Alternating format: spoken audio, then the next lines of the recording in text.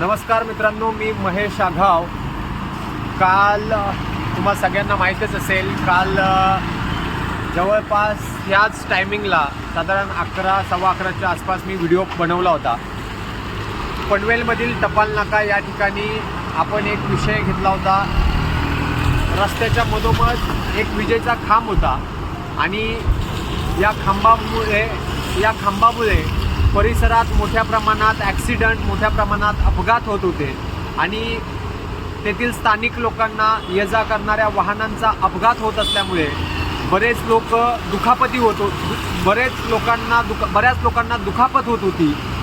मग अशा सिच्युएशनमध्ये काय करावं म्हणून आजच्याच दिवशी आपण पनवेल MSCB ऑफिसमध्ये एक अर्ज दिला होता आणि त्या अर्जामध्ये तेथील स्थानिक अधिकाऱ्यांना आपण सांगितलं होतं की हा विजेचा खांब कशाप्रकारे धोकादायक आहे, कशाप्रकारे घातक आहे आणि नक्कीच प्रशासनाचं मी अभिनंदन करेल.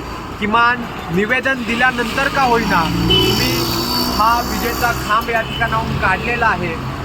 मला स्थानिक प्रशासनाला, MSCBच्या अधिकाऱ्यांना व महानगरपालिका असू द्या किंवा पनवेल परिसरातील सर्व अधिकारी वर्गांना हेच सांगायचं आहे की एखाद्या गोष्टीचं किंवा एखादी जर काही गोष्ट घडत असेल तर त्या गोष्टीविषयीचं निवेदन दिल्यानंतरच तुम्ही त्या ठिकाणी कारवाई करणार आहात का?